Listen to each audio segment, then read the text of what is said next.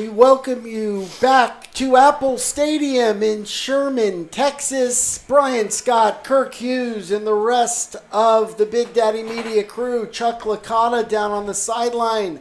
The two Ethans doing the camera work. Zach Holmes, our producer, and Emilio Juarez, our steady as an anchor QA. Opening night started off really, really well for the Austin College Kangaroos. Kirk, I don't think they could have dreamt of a better start, up 10-0, but things got a little shaky there towards the second quarter. But the Roos sneak out of the first half, holding on to that 10-7 lead after that big momentum-building blocked field goal right before the half. Yeah, I think for Austin College, the first three drives were great for them, great for their offense, great for their defense, and looked like they were going to dominate the game, and then it slowly turned. I think it was, we talked about it, in the break here, it was the turnover that kind of changed the momentum a little bit, gave the Hornets the opportunity to kind of grab that momentum. And so with that, the yardage numbers, almost 100 more yards for Kalamazoo over Austin. Chuck, what are you seeing down on the field? Teams came out for halftime. Kicker Caleb Balderas came out and was practicing his field goals just in case this one gets tight down the end, and I have a feeling it's going to. Thanks, guys. Well, that's one advantage that Austin College absolutely has, and that's in the field goal department. Balderas is a sure-footed kicker, and so far the Hornets are 0 for 1 in that department, and right now that 3 points is what separates these teams as they come out for quarter number 3. We have 30 minutes of football left to go, and it's going to be Kalamazoo this time as Austin College deferred the opening kickoff, and they will receive here in the second half. Passing yards for Austin College, 66 in the first half, and they rushed for 63, so nothing truly groundbreaking statistically, especially after that first drive. And that turnover was costly. Each team's had a turnover so far. And we are Hayes Gray and back underway. Kicking off, Jalen Johnson at his 5, takes it up the middle, down Route 1 where he's gang tackled at the 23-yard line by number 44, Zach Sykes, coming out of the pile. And Austin College will take over 1st and 10. Like to see him get that ball a little further down the field. You've got the opportunity to fair catch it, get it to 25. We run it.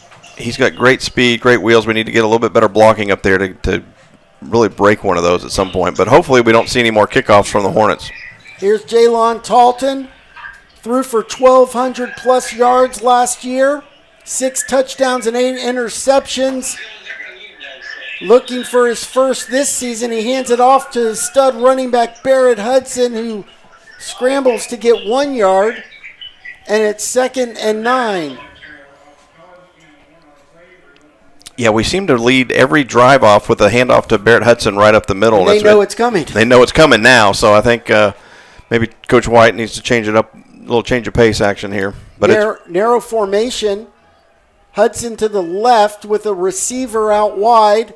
Tight end on the right side with Jalen Johnson, and Hudson's going to go right around the defense, and he's pulled out of bounds by 3 Hornets after a gain of another yard, and it's going to bring up a 3rd and long, 3rd and 8, I believe. Tim Gracie, the senior tight end, really sealed off the outside linebacker who was trying to get to Barrett Hudson, and Barrett was able to get to the corner, but there was good pursuit there by the Hornets defense to keep him at a minimal gain. Roos rushed on average 3.5 yards per in the first half, but 2 carries for 2 yards to start the third quarter. Talton back to pass, 3rd and 8. He's going to tuck it and run, and he's got plenty of room up the middle, past the 40, past the 50, and he's still going down to the Hornets' 40s, finally tackled at the 37. A huge run for Jalon Talton. 37 yards down the turf. That was a really good job. He was looking for Jeremiah Johnson on the right side. Didn't have him. Took off, but it was Kai Simpson, the wide receiver number 3 downfield, who turned and started blocking and got Jalen an extra 10 yards. And that'll help that rushing average. He must have heard me. 1st and 10. Handoff. No, he keeps it.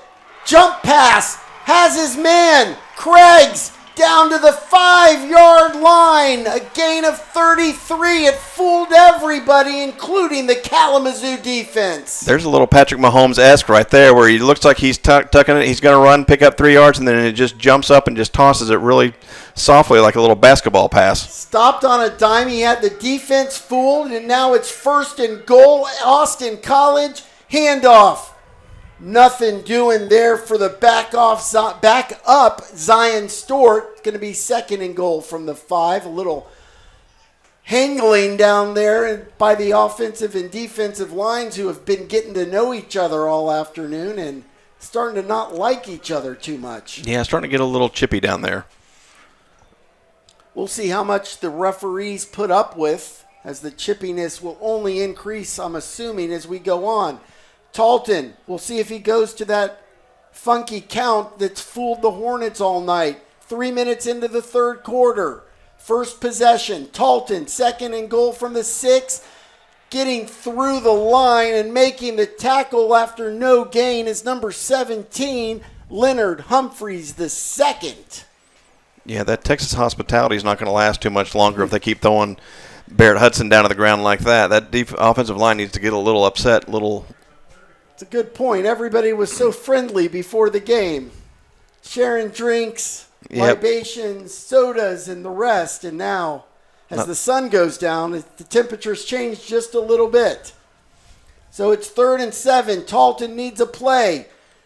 He steps back to pass. Finds his man. It's a touchdown. It's right at the goal line. The referee says it's just short by a couple of inches. It's going to be 4th and just less than a fingernail at the 3-inch line. It's less than a yard.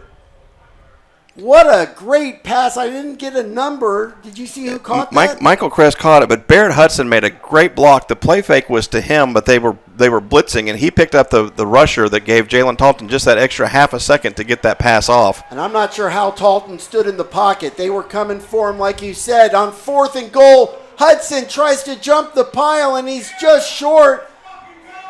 The Hornets stop him, and they stop the Kangaroos at the 1-yard line, and it's a turnover on downs. Oh, how deflating. You know, we've only had like 2 or 3 plays offensively where we haven't gained any yards, and that's going to be one of them, but that's going to be a huge change of possession right there. The only positive the Roos can take is they've backed the Hornets as far as you can.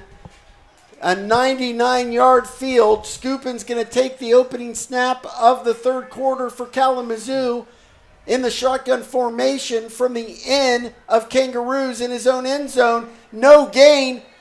Austin College tries to make the tackle in the end zone, but forward progress is going to bring him out to the 1. Connor Bell, the carry.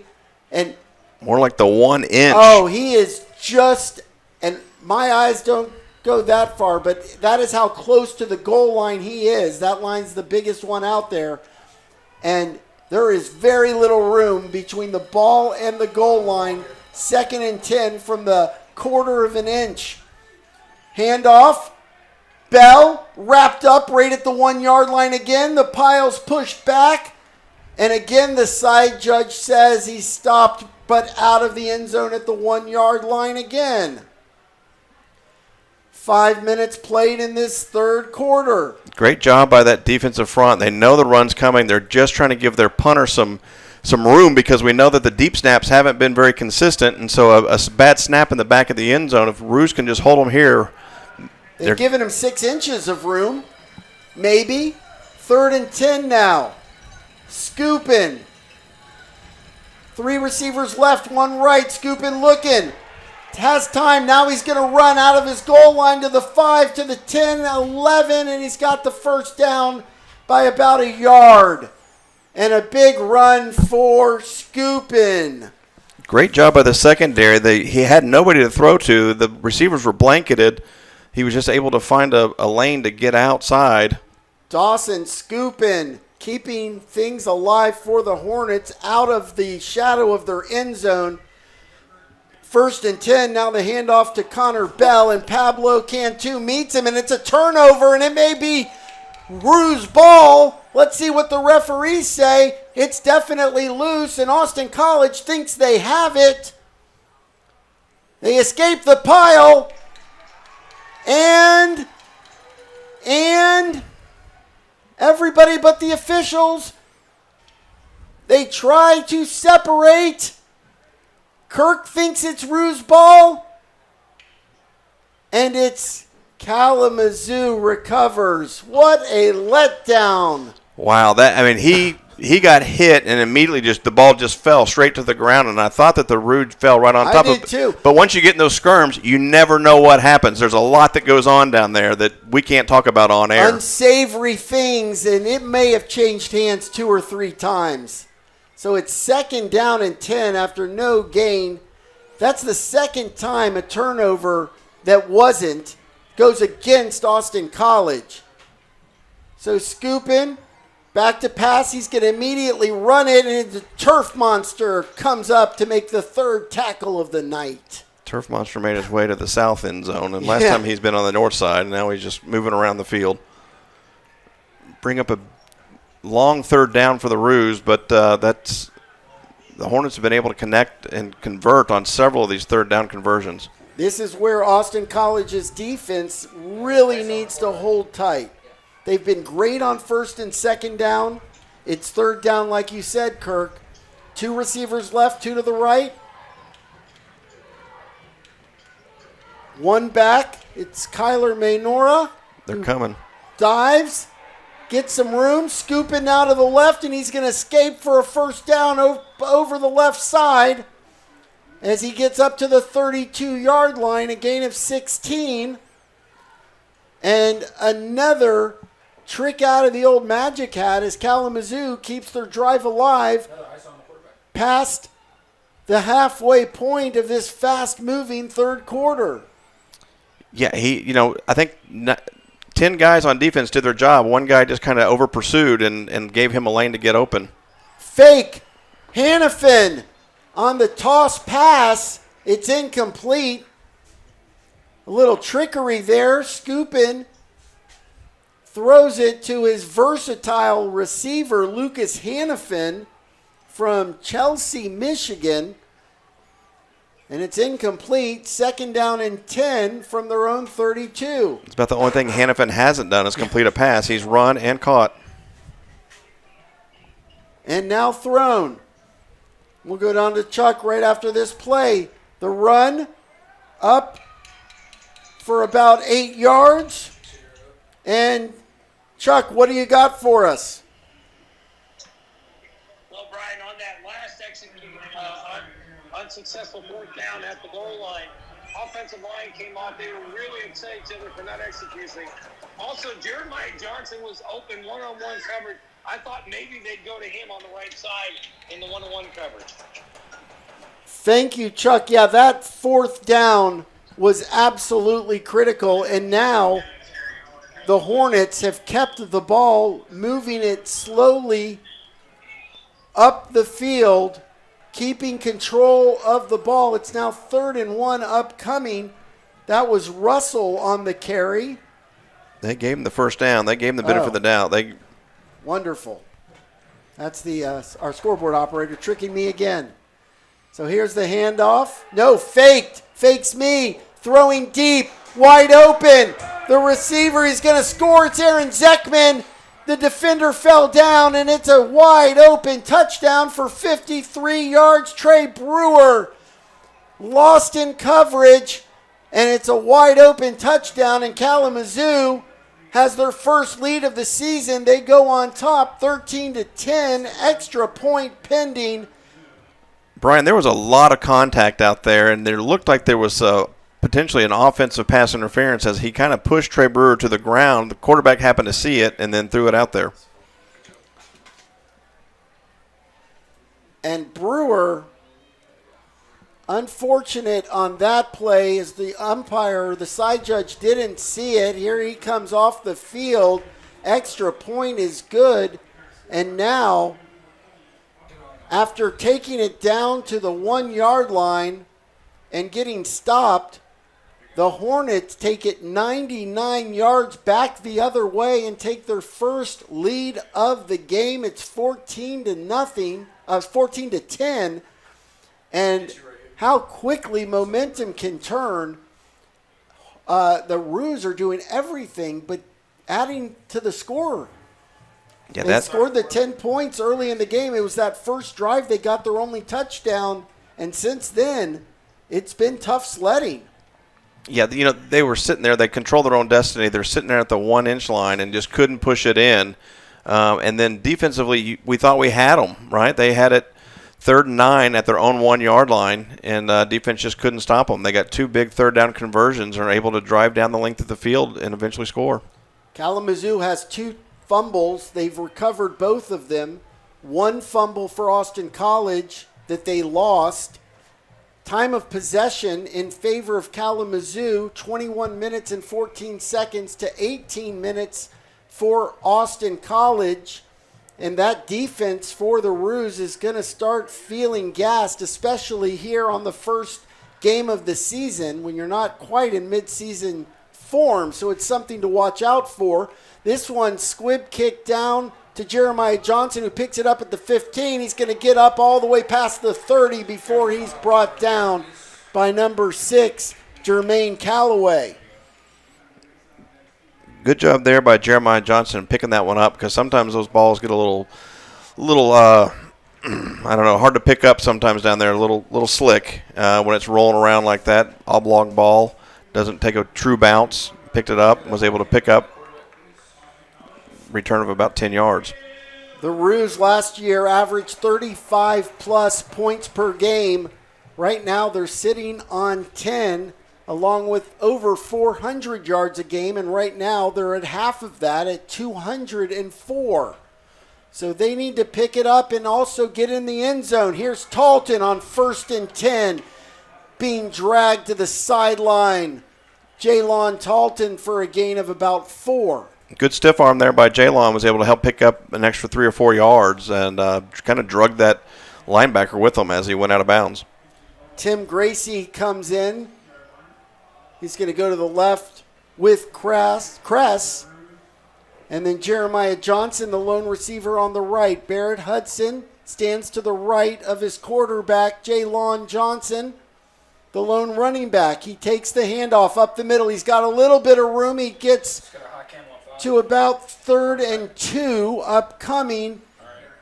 Actually, just across the 30, up to the 39-yard line, 3rd and 2. They bring it back just a touch. First time this game that they didn't start the handoff, to start the series, handed it off to Barrett. They switched it up to Jaylon, came back to Barrett, and now they've got a 3rd and short. So what do they do here? They've got to pick up a first down. I think you get that offensive line telling you they need to push that defensive line, and they don't. They get penetration again. The Hornets get penetration again right up the middle. And Barrett Hudson is stopped in his tracks. May have lost a little bit. It's going to be 4th down, and back on for Austin College comes the punt team. Back to receive for Kalamazoo is Lucas Hannafin. And things have taken an unfortunate turn here for Austin College.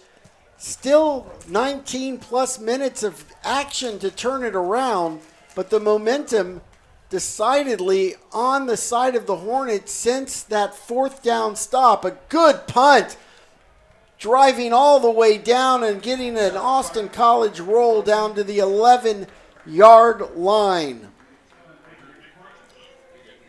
It's a great punt and a good roll there for Kellen Vickery. He's had 2 really good punts today that have been.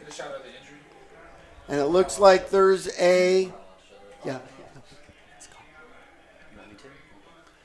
one of the Roos down. It looks like it's just a cramp.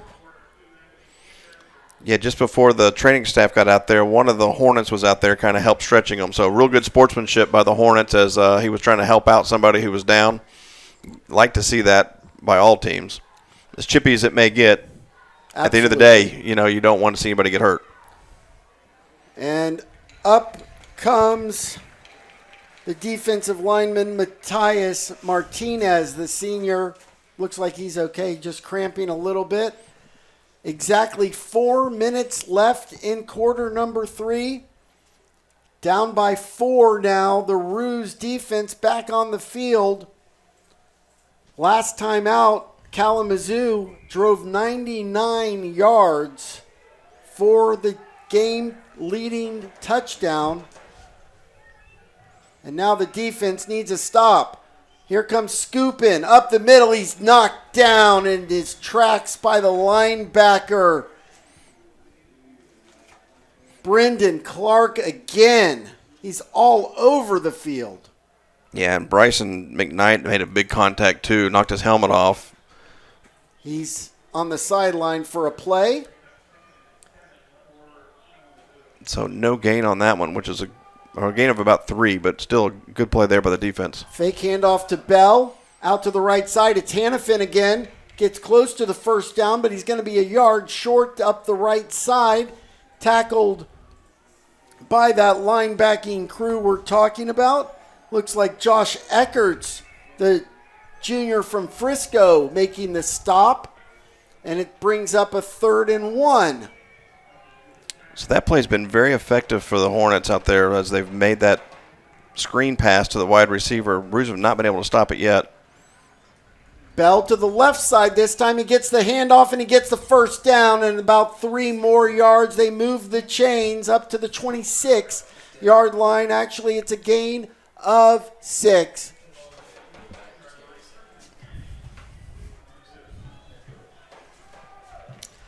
As the lights come on and the sun goes down, it's 1st and 10, and a good catch on the sidelines. It looks as if Aaron Zeckman gets a foot down, and he does on 1st down, pickup of about 7, 2nd and 3, 34-yard line. Really good toe tap. If you're going to keep Trey Brewer from intercepting it, that's where you have to throw it. And the Hornets offense, after a slow start, looks like they have gotten into midseason form here. They are moving the ball slowly but accurately, and now just taking a knee as that play looked like it was dead from the start. Yeah, good job there by the defensive line. That's number 95 for the Roos. That's Fernando Delgado, the sophomore from Dallas, Texas, went to W.T. White, and he was able to really kind of stuff that one right at the line of scrimmage. 3rd and 3, another opportunity for the defense to get off the field. Scoop into the left. Hannafin misses it through his hands. Had the first down and more, but the footsteps of number 25, Marshall Majors, were looming behind him, and the Roos get the stop they need. Yeah, the real good break there for the Roos because I think that just kind of went through Hannafin's hands, and That's a catch he's been making all night. He had missed too many, so the punter, Corson Moat, back on the field. And this one skied and short, fair catch made and caught at the 41-yard line by Dakota Lowry. And it's going to be the Roos taking back over at their own 40, 60 yards away from pay dirt. It's been a minute since they've scored, but the good thing, they're only down by 4. All they need is one good drive here. They're right back in it. Yeah, and that first drive of the second half was a great drive. They just didn't finish it. But we're going to see Jalen Dalton on the sideline, and we're going to see Leighton come on in. He took the second series in the first half as well until he fumbled it, and we didn't see him again. So let's see what he can do now. Dalton's 9 of 11 for 100 yards. He gives way to Leighton Riviere, who's completed his only pass for 5 yards, and then he fumbled after a 15-yard run at the end of it. He gives it to Hudson, who gets tackled for a loss of 1 as he goes laterally to the left side. And Barrett Hudson, that's his 19th carry. He's got 40 yards, averaging 2.2 so far per rush. You know, what we thought was going to be the strength of our offense was his offensive line, but this defensive line for the Hornets from Michigan, they're kind of pushing them around a little bit, and they keep doing it. Since those first couple of drives, they have absolutely come to play. And here's Hudson again. This time he gets a little bit through that first level of the defense, but only for a gain of 3 or 4, so it brings up a 3rd and 7 upcoming. And when you don't get a lot of yards on first down and then only a couple on second, the Roos all night have been in this 3rd and medium to long situation. Another 3rd and 7 upcoming. Yep, you know what's coming, but we're going to get to see the arm of Leighton here and see what he can do. Riviere drops the snap. Now he picks it up. Looks deep. Nothing available. Throws it across the middle. He finds Johnson for a first down completion across the 50. Down to the 47. Really good job by Leighton Riviere as he picks up the ball, looks around, finds his 3rd option, and finds a completion. Really good job of staying with the receiver as he was running out of the pocket. Looks back. You never want to see somebody throw it back against the grain, but he did. He's got a strong arm and put it right on target for the first down. Roos needed that in a bad way, and here's Hudson. No, he fakes it and throws it over the middle to Gracie, who finds some room operating in the middle of the field. Just short of the first down marker as the clock hits triple zeros here at the end of the 3rd quarter. We will take a break and be back we're going to actually send it down to our handy sideline reporter, Chuck Licata. Chuck, how's it going down there as it turns from light to dark? Yeah, it's interesting, but hey, it's fall, right? The temperature is beautiful. It's about 75 degrees here on the field. The temperature for the Roos defense, though, it's obvious what Kalamazoo is trying to do. They're keeping away from the defensive linemen of the Roos. They're doing everything they can to get quick plays and work around the defensive line. As you saw in offense, what they're trying to do is they're trying to get some quick hitters, kind of like mirror what the Kalamazoo offense is doing. And Kirk, I'm not sure if they're seeing it, but the offensive line of Austin has not been as effective as now as they were in the first quarter. 100%. And Chuck, it looks like you have a fan club down there. Well, he does have a fan club, but yeah. So finally, some offensive movement here with Leighton Riviere. Maybe it was time for Coach White to change things up, and he had forgotten about Riviere on the sidelines, it seems, for a bit. Well, and you know what? We faked the handoff to Hudson. They fell for it, and then we were able to throw that quick hitter right over the middle. So I like to see some more of that RPO action and giving Riviere the opportunity to do what the defense gives them. As we switch sides and come back, 15 minutes to play, Austin College hasn't scored since the first quarter. They're going to need some points here in the 4th. Deep pass. He's got a man who was open. It was Kress, but he just barely overthrows him on 2nd and 1, the first play of the 4th quarter, and Riviere would love to have that one back. Boy, just put a little bit more air underneath it, let Kress run under and catch that, and he's in the end zone. He's in the corner of the end zone. Kress looking for his 5th touchdown as a Roo. He had 4 last year to go along with 25 catches and 455 yards. That would have been the perfect time for his first touchdown of this season. Yeah, he's already got 4 for 53 yards, but that would have really added to his total, almost put him right at or close to 100 yards for the day. He's tied in receptions with Jeremiah Johnson, who's got 4 catches for 51 yards, and Tim Gracie, 3 catches for 20 yards. So the receivers,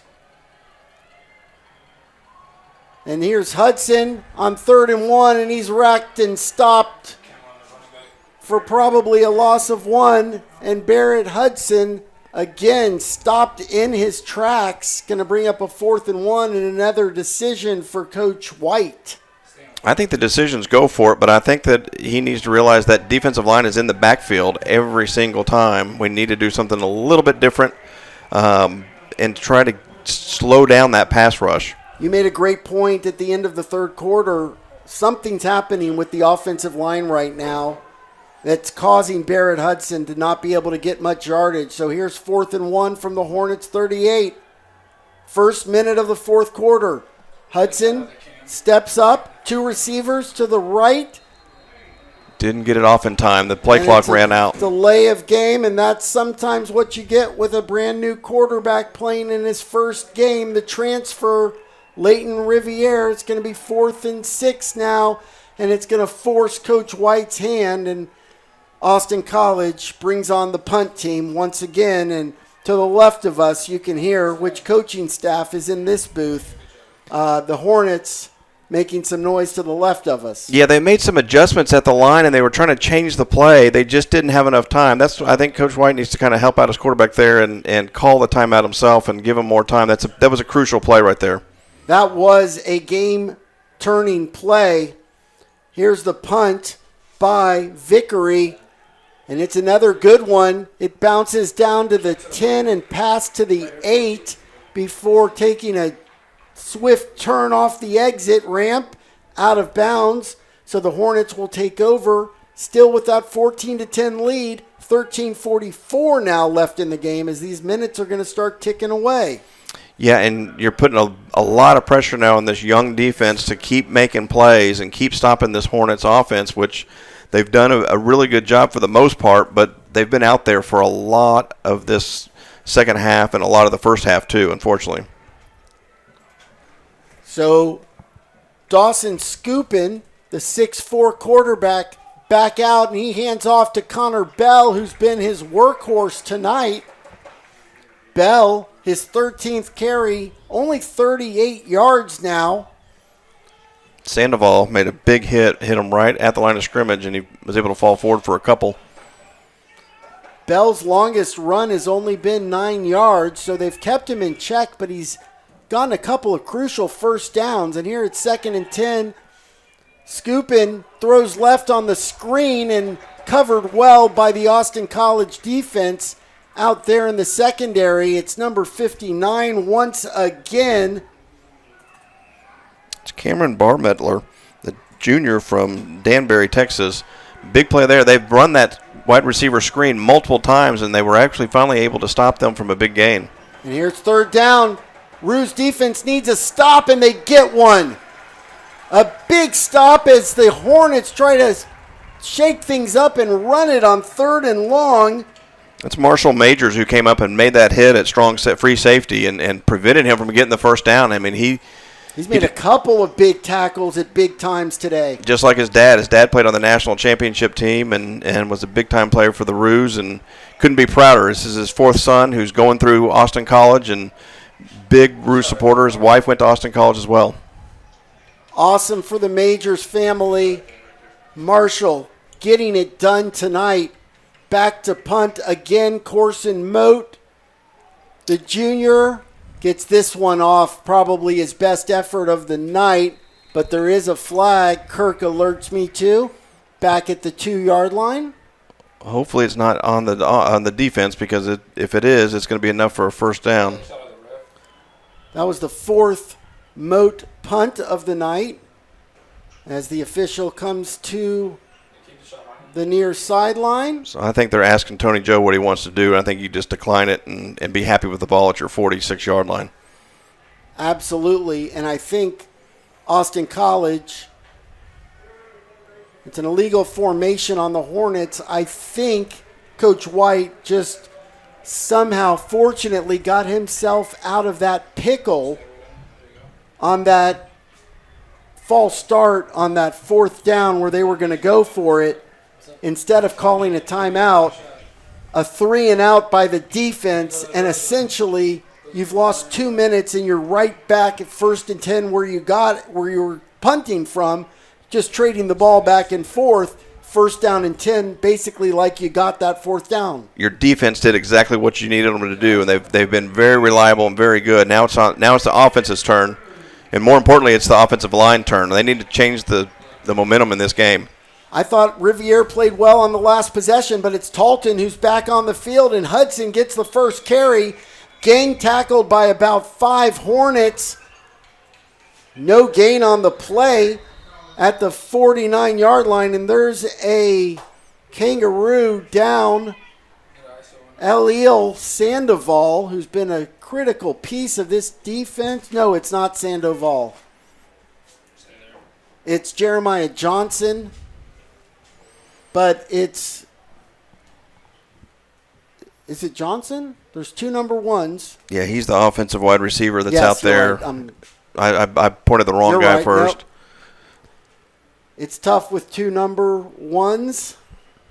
Yeah, he's been a crucial player. Looks like another cramp. Key player. It looks like a cramp, but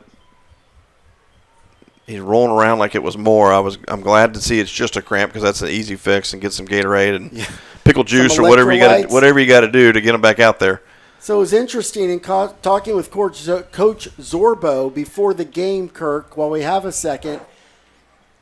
Coming down here, I was under the assumption that Kalamazoo team bust down here, but no, he said they flew. As I was looking at their 2-deep lineup for Kalamazoo, all but 2 players from the state of Michigan.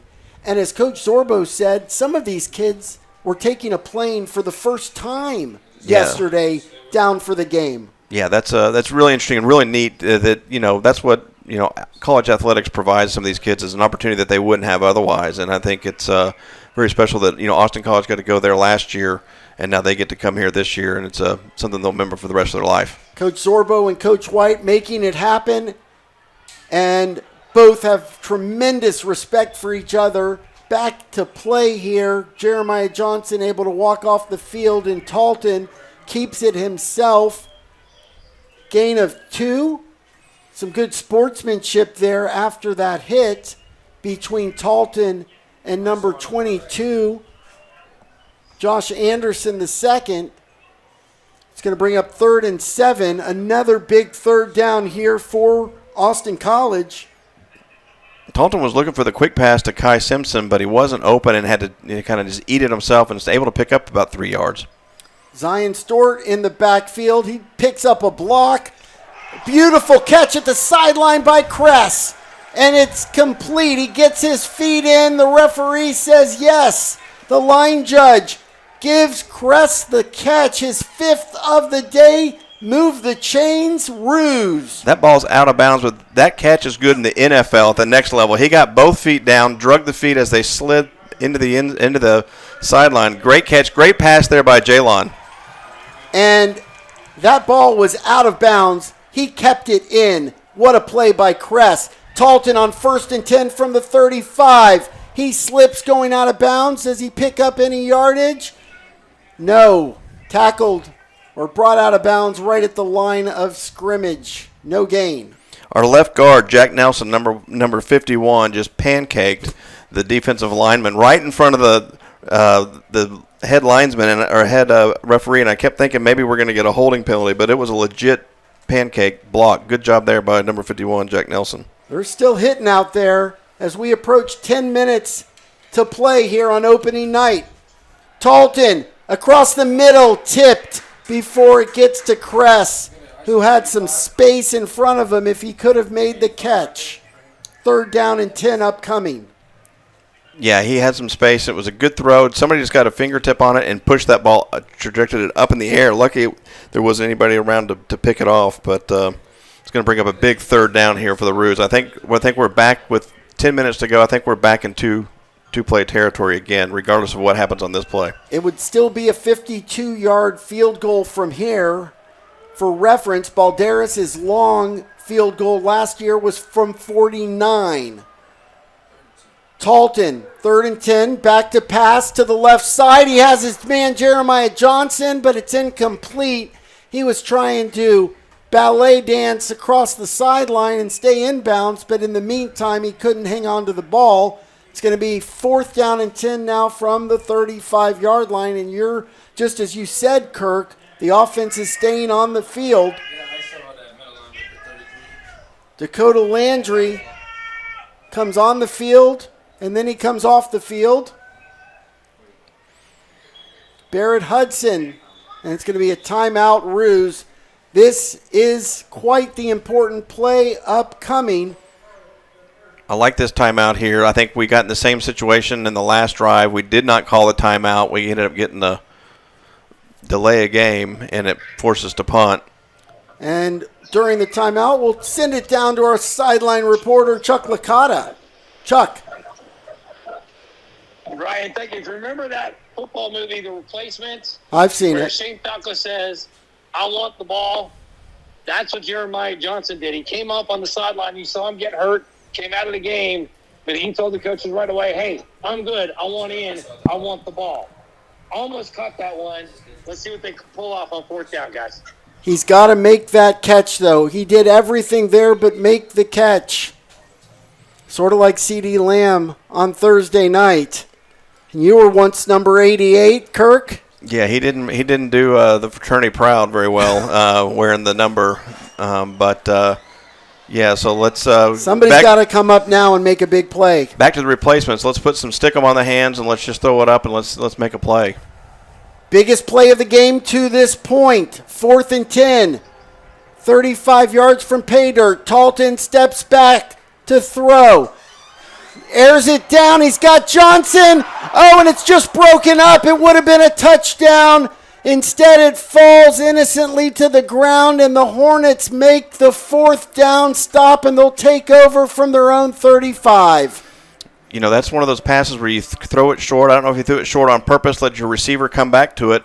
The problem was the defender never saw the ball and just kind of ran into it. He lucked into it. I mean, it just was a wrong. He was at the right place at the right time, but he had no idea he was there. Jeremiah Johnson saw it the whole way, and he was coming back to make the catch. There's still 9:58 to go here in the fourth quarter. Again, we got to rely on this Ruse defense one more time to try to make a stop or make a play. They've been asked to do a lot tonight.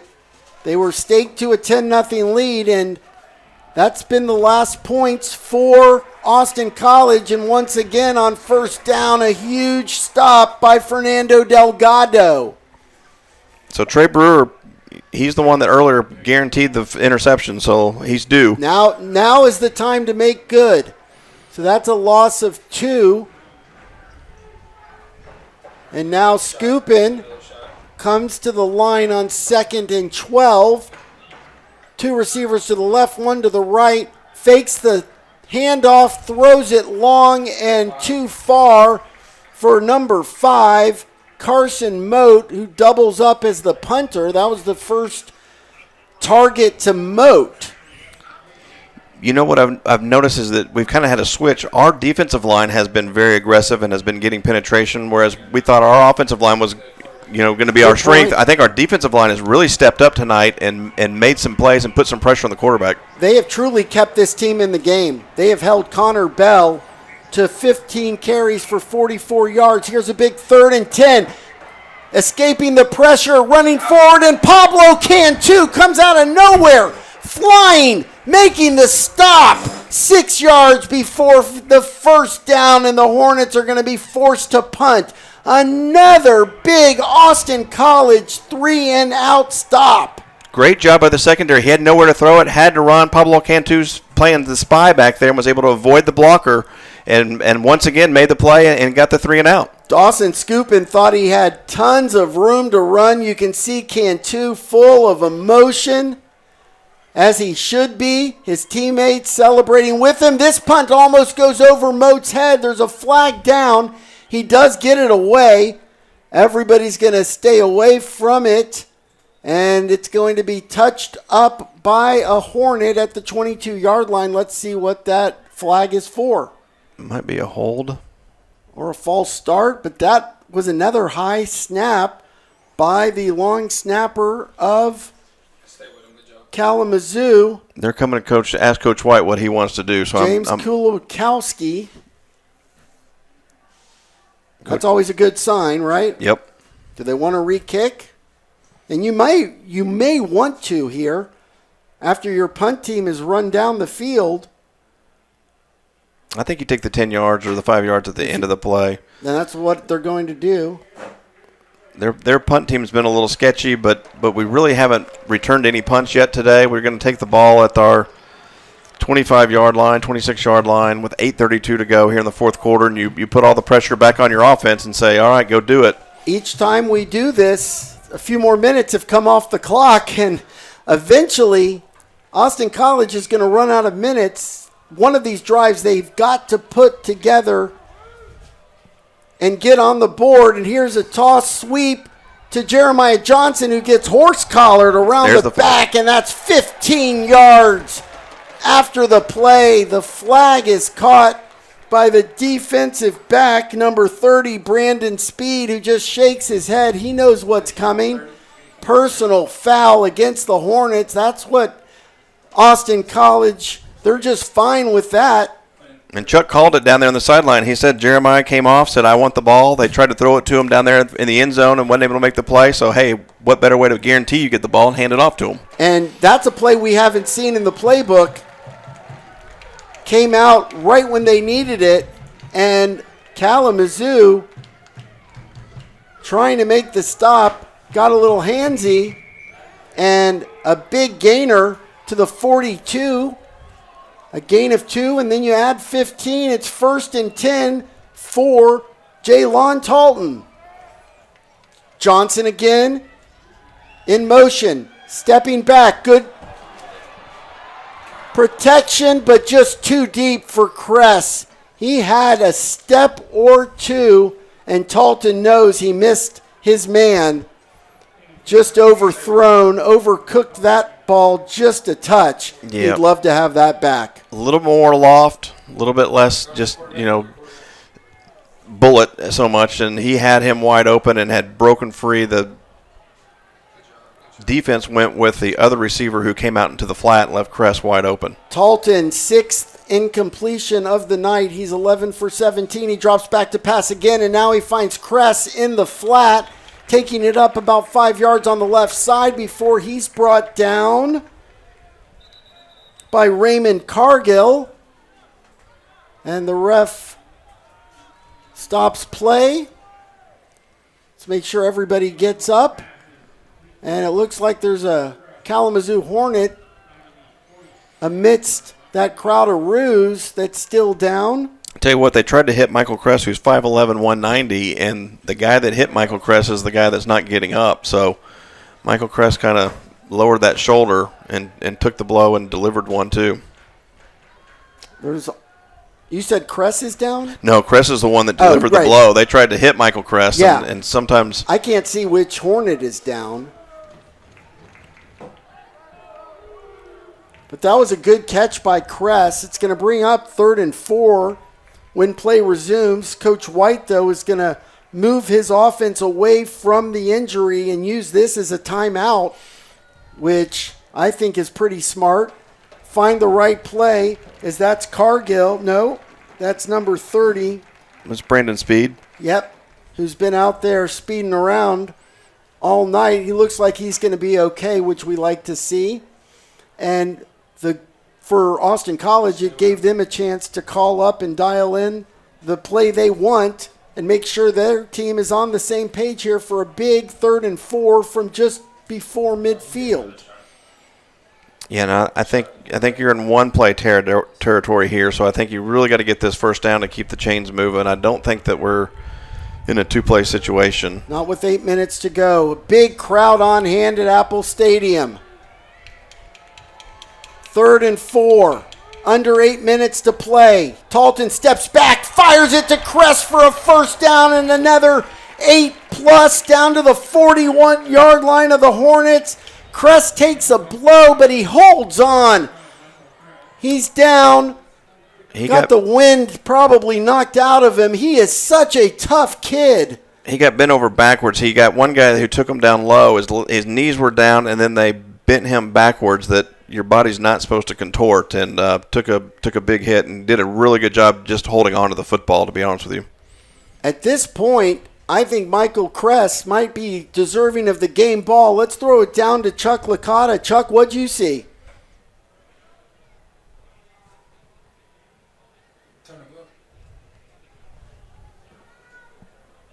Is the volume not working? Unfortunately, Chuck's microphone is a little bit. It's on the injured reserve as well. Yeah, he and Michael Kress are going to have to go in the hot tub maybe, or his microphone at least. But a huge play by Kress.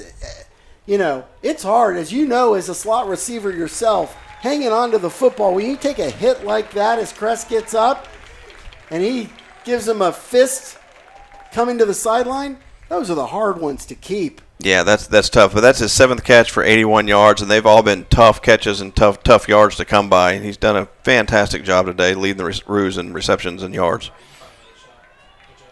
I mean, he's going to be sore tomorrow, but if he helps his Roos to a victory, it'll all be worth it. It was a huge 3rd down conversion for Yes. the Roos. They really needed that one.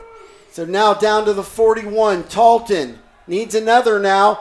He drops the ball, picks it up before he's sacked by number 96, Nolan Janinga. Fortunate to come back with the football. Unfortunate to take a 9-yard loss, but Austin College at least gets another down to play with. Looked like he went to pump on a quick pass, and it wasn't there. And when he went to tuck it and run, he wasn't able to get all the way down, dropped it, and then just had to kind of fall on it at that point. 2nd and long. This one's complete to Jeremiah Johnson, who gets back to the original line of scrimmage. And was that 3rd down? That was just 2nd. This should be 3rd down right now. 2nd down. The scoreboard operator just a little bit ahead of himself. So the dime package for Kalamazoo comes onto the field for 3rd and 12. Another big 3rd down play here. Now I think we might be into that 2-play territory. Under 6.5 minutes to go. Talton surveying the field. He's going to scramble. Can he get past his man? Yes, he tries to jump out of bounds and get an extra couple of yards. He's taken out at the 39 by Cargill. Raymond Cargill, the junior from Grand Rapids. And it's going to be another big 4th down for Austin College. And it looks like they're going to keep the offense on the field. And they did not give him the benefit of the doubt there. It looks like he stepped out a little bit earlier, but it was one-on-one. I think if he gets past Cargill, he gets that first down easily if he can just stay in bounds. That was the biggest problem he had right there, but big 4th down play here. 0 for 2 so far. The 3rd attempt on 4th down. Spinning is Talton trying to get rid of it. Has his throw blocked, and it's incomplete. Another Hornet stop on defense. And the Austin College defense is going to be asked once again to make a big defensive stand. Again, that defensive line was in the face of Talton. The offensive line was just not really helping out much. It seems as if Coach White is starting to run out of answers. He keeps asking the questions, but his offense just can't get that final piece. Dawson scooping. Hands it off to Bell, who's stacked up. 2 By yards who? behind, Pablo Cantu. Doing a little ditty in the backfield where he's been all night long. Loss of 2. Yeah, Cantu spent more time in that backfield than the running back back there.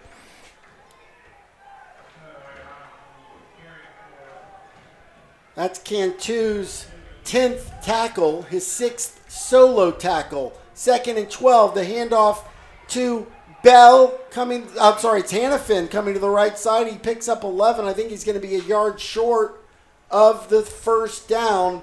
And so the pressure's on the Austin College defense here with 3rd and 1 as we tick down towards 5 minutes left in the game. And Austin College only has 2 timeouts left, so they've got 2 timeouts plus the 2-minute warning that's coming up here in just 3 minutes. Flip-flopping the defensive lineman. Hannafin the handoff. Stopped at the line of scrimmage. Does he get the 1st down? Yes, but just barely. It's Bell. Connor Bell. I'm sorry, it's actually the backup, Kyler Majorana, his 2nd carry of the game, and it's a big 2 yards as he gets to midfield And it gives Kalamazoo a chance to run some more time off the clock. Got some fresh legs in there, and he hit that hole pretty quickly. And Was able to get that first down, but they're going to milk that clock now and take that play clock all the way down. Here's Scoopin right at midfield. The offensive line standing on the roo. Tries to get out of danger. He runs up the right side, and Brewer knocks him down after a rush of 4 yards.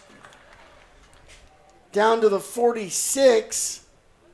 And Scoopin, that's his 20th carry of the game. He's inching towards 100 yards on the ground, the leading rusher by far for the Hornets. I was really surprised when I saw him drop back to pass, but I think that was a run all the way. Ruse should have kind of recognized that and realized that he's not going to throw it more than likely right in this scenario, especially on second down or on first down. They're trying to milk as much clock as possible. He's essentially their second running back, or their first. Here comes Mariona, and he's going nowhere. Pablo Cantu is just a brick wall in that middle linebacker position. You are not going to get past him, and the Roos call timeout here with 3:22 and a big third down coming from Austin College's 35-yard line.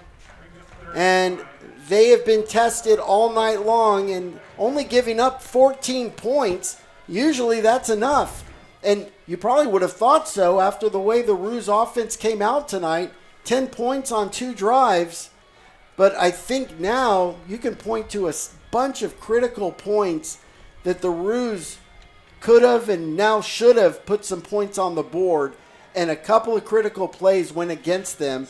You can think of when they got the ball on the turnover, 1st and goal, they settled for the field goal, the 4th and 1 to start this half, giving the ball up, not scoring on that 4th and goal, and then the Hornets scoring their touchdown on 99-yard drive. A couple of those things go the other way. It's a different game. Yeah, the turnover really hurt us, but at the end of the day, you've got to give credit to the Hornets defense because they were kind of getting blown out of here. They were on skates. That defense line was on skates to start the first 2 series, and then they made some adjustments somehow, and now they're in the backfield of the Roos. So they've persevered.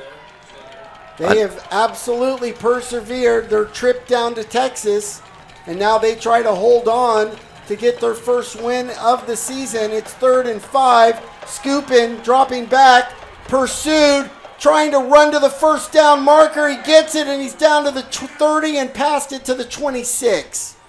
A big first down for Dawson Scoopin with 3:13 left in the game.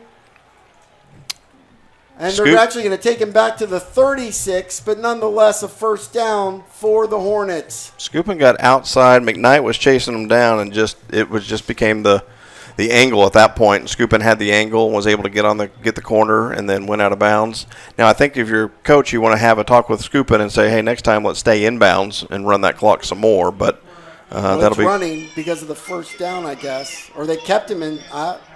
Either way, it's running to 2:40 now on first down, and they run the ball again to Connor Bell, who's stacked up and thrown down in the middle of the field.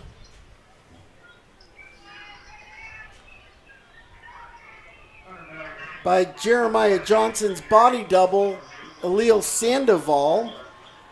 And we're going to hit 2 minutes and the 2-minute timeout, and the Roos are only going to be able to stop it one more time. There's no way he takes a snap here, right? No, he's trying to draw the defense off sides right there and hopefully pick up an extra 5 yards or something. Okay, let's try this again. Now we'll send it down to Chuck Licata on the Roos sideline. Hey, guys, thank you. Certainly you can't blame the defense. They have kept this a one-score game. Pablo Cantu, I don't know if he's going to be the team captain or not, but, man, he has been the spiritual heart and soul of this defense. They have been phenomenal. They have kept this a one-score game. And, guys, as I've heard you call on the game, they have spent a lot of time on this field, probably too much time, and they're working hard to get that ball back to give the offense at least one more try. Guys? They need a stop now. It's now or never with 2 minutes to go. It's going to be 2nd and 6 when they come back from the 2-minute break at the Roos 32. It'd be a long field goal from here. The Roos can only stop it one more time, Kirk. So it's pretty much now or never to give the offense one more chance to pull out a win. I think the Hornets are in two-play territory right here. I think their kicker has a good leg, but I don't know if that's going to be good enough to kick it from this far. I think it depends on what happens with this play. So 2nd and 6, we're back in action. Bell up the middle, first down to the 15. And that is probably a result of the defense just getting tired, as that was the 74th play that they've been on the field for. Kalamazoo's run 15 more plays from scrimmage than Austin College tonight, and you can see a lot of hands on hips. Yeah, that's a lot of plays. It's just a lot of plays. Now, we don't have that heat, so they're able to fight through it and last a little bit longer than you normally would this time of year. But and I think their coach was smart to bring a lot of guys in case it was warm.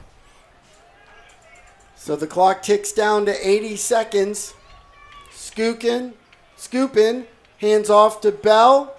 Just an inside handoff. He's taken down, no gain. Cantu once again comes up shaking his right arm. Hopefully his shoulder's okay. I probably can't feel a shoulder at this point anyway. Double-digit tackles now. Austin College uses their last timeout. Well, we kind of wondered who was going to step up when Brady Dygert graduated. Yes. and led the team in tackles the last couple of years, and I think we know who our candidate is now. It's going to be Pablo Cantu, the senior from Kingswood, Texas, who's really stepped up tonight.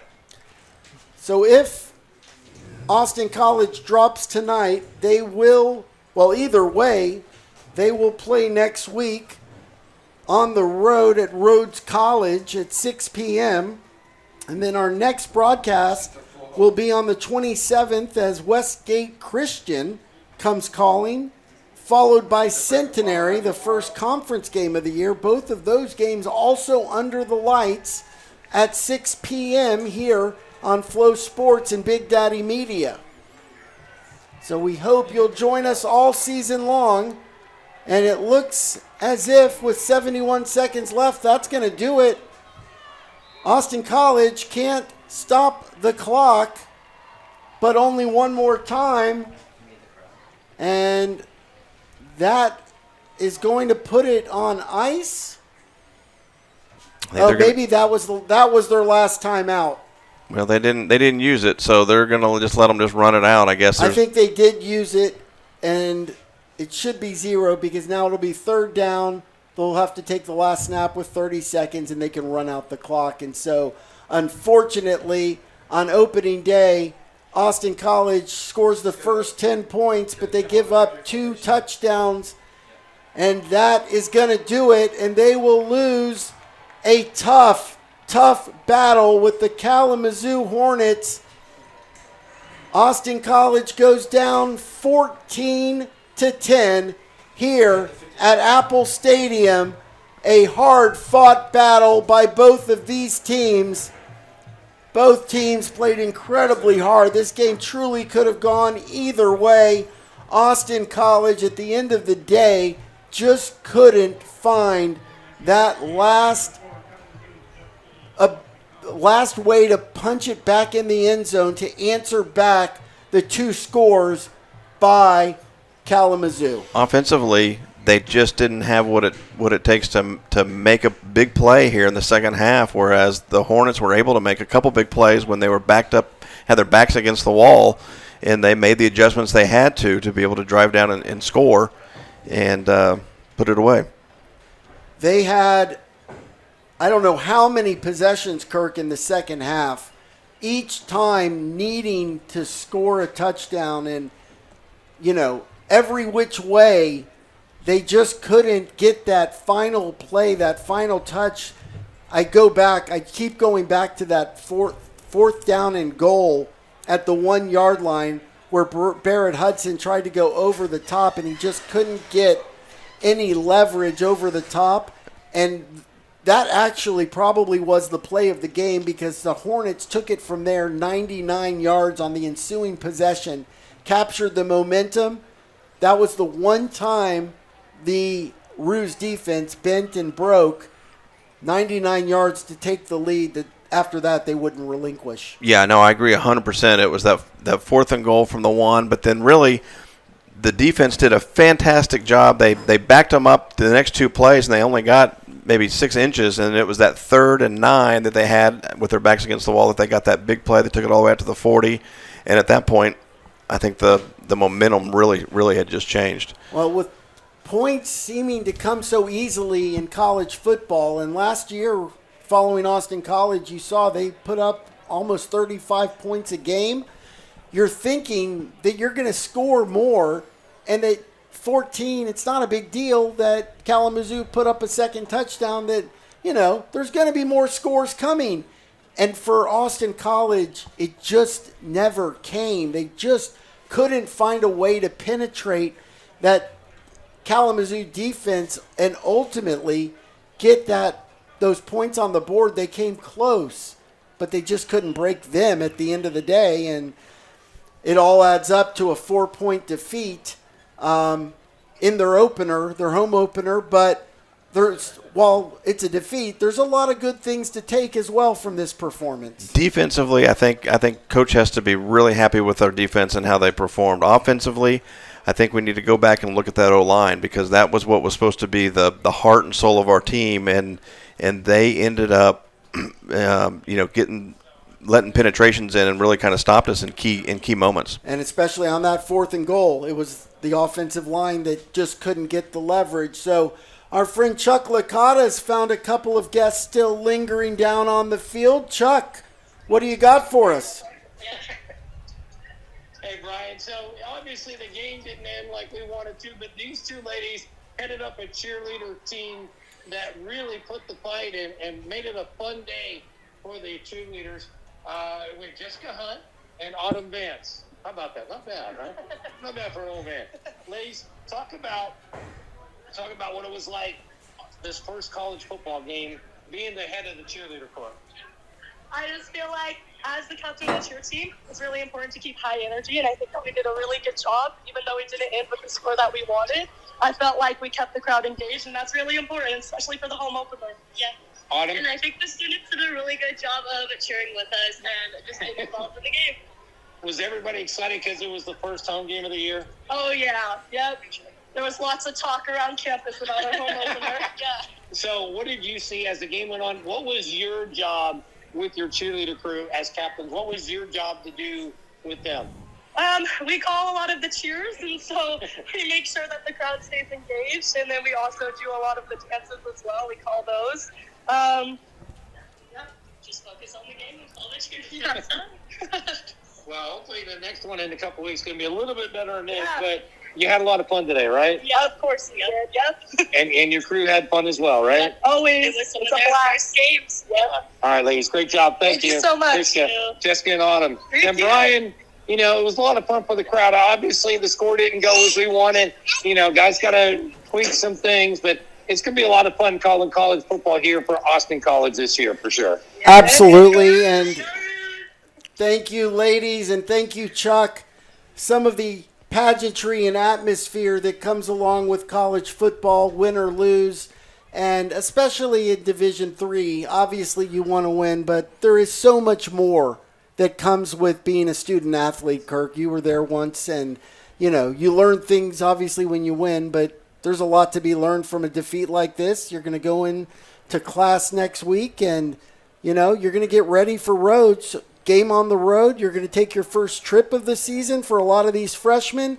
Have to learn to play on the road. It's going to be a whole different work week from the football side of things, getting ready for that. And it's going to be a very different challenge as this team heads on the road. Yeah, and there's a lot that goes into those road, we talked about that, the road trips and everything else, but for freshmen and for even the young guys, there's a lot that goes into, especially a long trip like that to roads.